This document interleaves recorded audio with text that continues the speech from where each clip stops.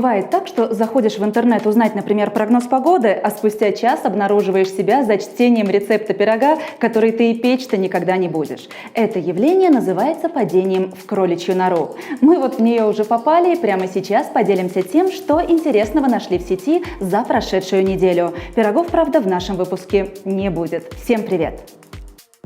Царица Египта или женщина-зебра? Новые перевоплощения Шабнами Сурайо. Благотворительная столовая. Где открылась и кто филантроп? Таджикские блогеры попали в список налоговиков. Кто из ютуберов будет платить деньги? Как заполучить синюю галочку верификации при 500 подписчиках?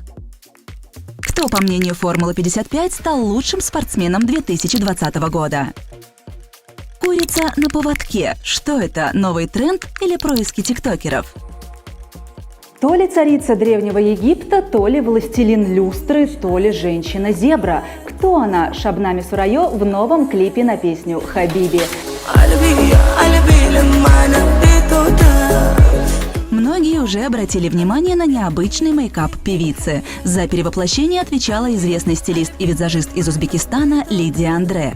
Она, кстати, часто работает со звездами эстрады разных стран. Нюша, Ариана Саид, Юлдус Усманова, Сагдиана и многие другие частенько обращаются к ней за созданием необычных образов. Что касается сюжета клипа, то, наверное, он есть.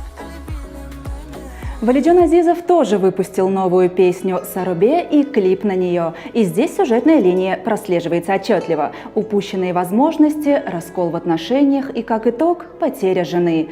Чартерный рейс, видимо, был слишком дорог, поэтому женщина с дочкой уезжает вдаль в поезде. Просто включите, закройте глаза и позвольте этой музыке взять вас в плен, предлагает Валидjon на своей странице в Инстаграм. Но непонятно, зачем же закрывать глаза, если он выпустил клип и всем хочется посмотреть, что происходит на экране. Неувязочка. На прошлой неделе ребята из +1 ТВ рассказали про столовую бесценников. Жители Турсунзаде приходят сюда за бесплатной едой. Открыл столовую предприниматель Ходжи Нимат Усмонов. Он никогда не задумывался о том, что совсем рядом есть люди малоимущие, которым не на что жить, и они не могут себя прокормить. Но узнав историю мужчины, который питается только репой, он загорелся идеей создать благотворительную столовую, которая сейчас работает 6 дней в неделю и обслуживает нуждающихся. В налоговом комитете сообщили, что отправили уведомление наиболее популярным таджикским блогерам, чтобы они до 1 апреля зарегистрировали себя в соответствующих органах и платили налоги. В комитете выявили около 30 блогеров, каналы которых набирают миллионы просмотров. Правда, журналисты при этом пока получили только список из 10 каналов, и он очень напоминает тот, что недавно составлял портал Халва-TJ. Там недавно публиковали подборку из популярных YouTube-проектов Таджикистана. В списке на сегодняшний день значатся каналы Таму-шоу «Территория юмора», канал Юрматов с шоу «Дугунахо», Имшап, Урзу, Рафаэль Гулов, Тоджик Бача шоу, канал Нигмата Мансурова, Айрон Кинг, Пешсав ТВ и Замунави. Канала Mace Around the World в этом списке нет. И это логично, это не наш парень, это блогер из США. Но это не мешает ему слушать нашу таджикскую музыку. Ютубер, у которого на счету почти 60 тысяч подписчиков, знакомится с музыкой, клипами и фильмами со всего мира и делится впечатлениями и эмоциями от увиденного и услышанного. На прошлой неделе его выбор пал на песню Далера Назарова. Шаки Борон, Дуньёй Савдо Бекзарад. На просторах интернета парень обнаружил запись песни «Биоэт», сделанную в Худжанде в 2016 году. Оценил звук гитары, ее сольную партию, вокал и даже рубашку Далера Назарова, а также качество звучания. Добиться подобного вживую, говорит блогер, это настоящая фантастика. Одна из его реакций – да это ж таджикские Битлз. В какой-то момент он даже попытался подпеть музыкантам, но главное, рекомендовал потрясающую песню к обязательному прослушиванию. В комментариях все единогласно с этим мнением согласились. Известный продюсер и певец Бехруз Зеваров верифицировал свой аккаунт в Telegram и получил синюю галочку. Отметка не приносит никаких дополнительных привилегий, но является визуальным подтверждением того, что канал действительно принадлежит публичной личности, компании или бренду. Обычно нужно иметь крупный активный канал, чтобы получить этот знак отличия. Однако на канале Зеварова на сегодняшний день всего 518 подписчиков. Магия, да и только.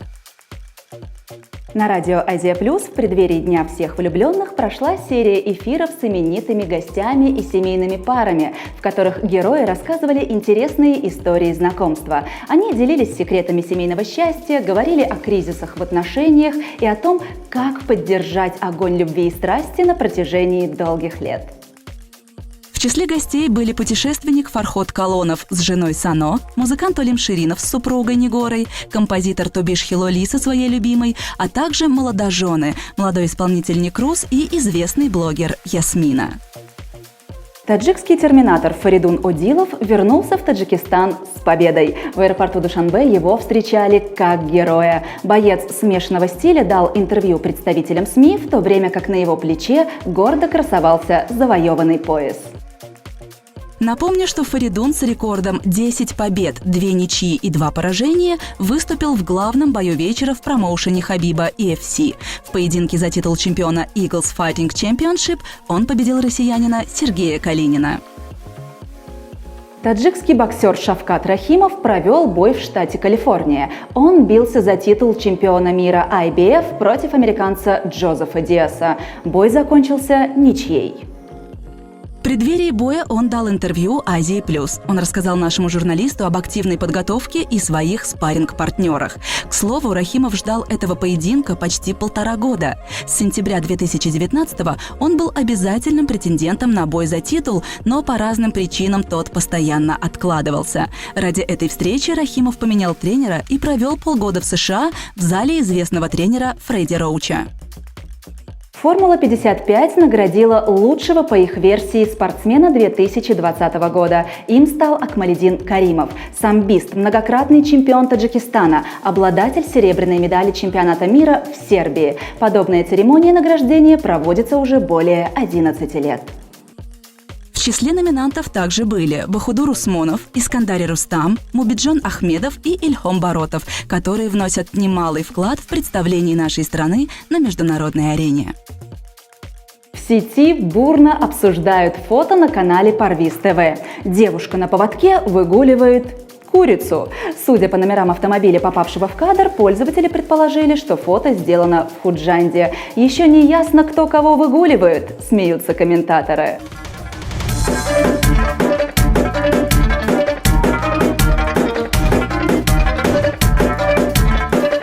Автор ролика – тиктокер Джураева Ирада. Была ли это постановка для популярной соцсети, неизвестно. Говорят, если курице отрубить голову, она еще несколько секунд будет продолжать делать селфи. Но лучше не проверять, а развивать в себе эмпатию и ко всему относиться с юмором. На сегодня у нас все. Пока!